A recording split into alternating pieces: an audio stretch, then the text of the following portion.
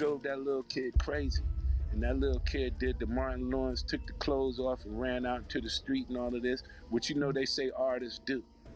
What? When they go through that one. And yeah, man, that's how artists go crazy. Told us who he is. I'm going to introduce him again. It's the man Jerome Childish. Last time you probably seen him was when he was a childhood superstar, hanging with some of the biggest stars in the game. You know, Puff Daddy, 112, Mace, all of those greats from Bad Boys. He was signed to Bad Boy Records as a teenager. Well, younger than a teenager.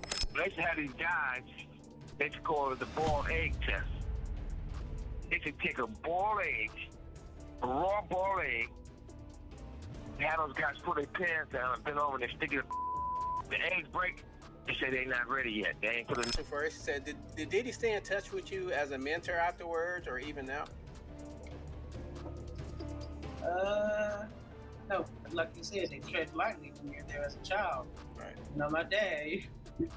You don't mess with somebody's child. That's all I'm saying. Wait a minute. Do y'all remember Lil Jerome? The 11-year-old boy who disappeared from the industry shortly after getting signed to Diddy? Well, he just came out of hiding amidst this entire controversy with Diddy, and he spilled major tea about how Diddy used, tortured, and fondled him inappropriately at just 11 years old. Not only that, but word on the street is Jerome is the 9-year-old among the 120 victims being represented by Tony Buzzbee. There's barely any artist who was once signed to Diddy that hasn't accused him of something vile to them, but nobody was expecting Lil Jerome to also be a part of that list, considering how young he was. But it turns out, him being young is exactly what put him in danger, because Diddy loves himself a naive, underage boy, and Jerome unfortunately fit that description very well. Lil Jerome got signed to Bad Boys not too long after Notorious B.I.G. gave the label its first hit project, with the album The Notorious B.I.G. Not too long after, Jerome was signed, and he released his first single, Too Old For Me. Jerome later appeared on the Belly soundtrack by sampling Stevie Wonder, I Never Dreamed You'd Leave in Summer. He also released 2 other songs titled No Disturb Sign, which featured Heavy D and Diddy, as well as another song called Dear Yvette. All these releases were giving this 11-year-old the major exposure in the industry, and initially, people thought it was a good thing. But looking back, it made him a target for the industry creeps. In fact, shortly after those few releases, Lil Jerome completely stopped releasing music, and no one's heard from him for years. But this where stuff get a little interesting, because fast forward to 2007, he was interviewed by Bad Boy's blog, which is a division of Diddy's Bad Boy Records. And when he was asked what made him step out of the industry, he admitted that he was being put through some very gruesome things, and it got so bad he ended up having a mental breakdown. That's when Diddy told him to take a step back. The interviewer asked, was it your choice to leave the label? To which Jerome replied, well, it's just a mixture of the growing pains and the pressure of the music business. I had a nervous breakdown, and it was in Puffy's best interest not to keep the project. People feel like Jerome wanted to say more than he was letting off, but he felt pressured to keep the information on the surface, since this interview was for Bad Boy's blog, and they were gonna edit out most of the information if he revealed anything not flattering about Diddy. In fact, as the interview continued, he was asked why he never released an album while under the label, and once again, he brought up the fact that he was being made to go through some really painful things in the industry, and thus ultimately made him abandon the project and not release it. Yeah, I had about a good 13 songs ready for an album to come out before I had a little breakdown. Like I said, it was a mixture of growing pains, such as my voice and the mental things you go through when you go through puberty and so many other things. And then the pressure of the music business compounded that, and I had a breakdown. I just couldn't deal with it for that time. It's unclear what exactly was causing Jerome to have these intense panic attacks, because prior to him getting signed and spending so much time with Diddy, he wasn't going through any of that. It's almost as if once he got around Diddy, things were being done to him that made him develop all these intense issues that he never had before. People even speculated at the time that maybe Diddy touched Jerome, and that's why he was never the same after that. There's even a witness account from someone in Diddy's team talking about a panic attack that Lil Jerome had on set for the music video of his song Dear Yvette. And according to them, everyone on set was worried about Jerome except Diddy, who ended up calling off the entire video. Regarding Bad Boy, Lil Jerome's Dear Yvette video, my friend was one of the girls in that video. She said Jerome had come out of the trailer for a second but never came back out. And the word was he had a panic attack. He was dressed and had makeup camera ready. His family was all there with him, and his mother kept saying he had a panic attack and couldn't come out. All the actors waited hours and hours for him to come out, and instead, the dancers and the extras filmed around Coney Island while they wait. Ultimately, the word was that P. Diddy said right there and then forget it and dropped the project. My friend said Jerome didn't film not one scene for the video. Now, the reason why Lil Jerome's story even came up again is because rumors have been going around that he is now part of the 120 new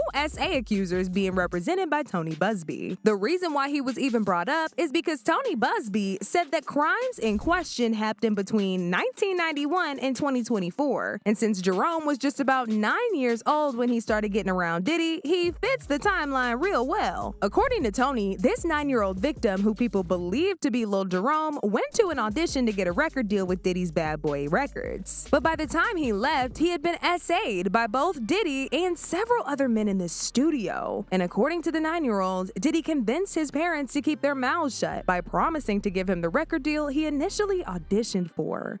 Another instance, another minor, told allegedly by Sean Combs that he would make him a star, but he needed to visit with him in private about it, away from his parents.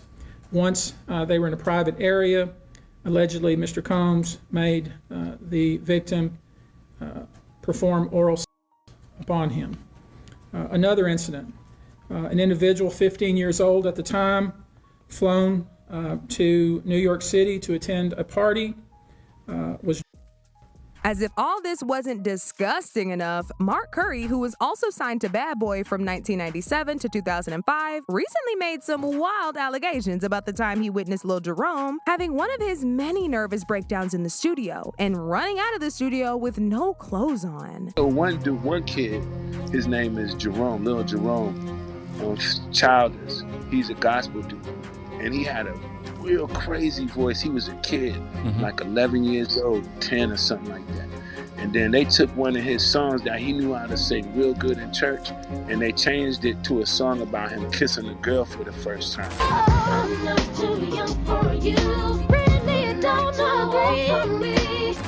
He didn't really feel it. He didn't really feel that. He too young to understand what it's like kissing a girl and y'all telling them to say it like this. And they drove that little kid crazy. And that little kid did the Martin Lawrence, took the clothes off and ran out into the street and all of this, which you know they say artists do. What? When they go through that one. And yeah, man, that's how artists go crazy. The first thing they do is take their clothes off and run out into the street. I heard about the whole Martin thing, and the whole industry thing kind of made him go crazy. He ain't the first one that did that. A lot of them do it. And then he went out to the street speaking in tongues. So you'd be like, not only is he out in the street naked, he's speaking in tongues. What? I mean, something else got a hold of this man. It's like you kind of like, it's almost like making you sing a song about kissing a girl. You never kissed a girl before. You'd be like, how can I really sing this song and really love it?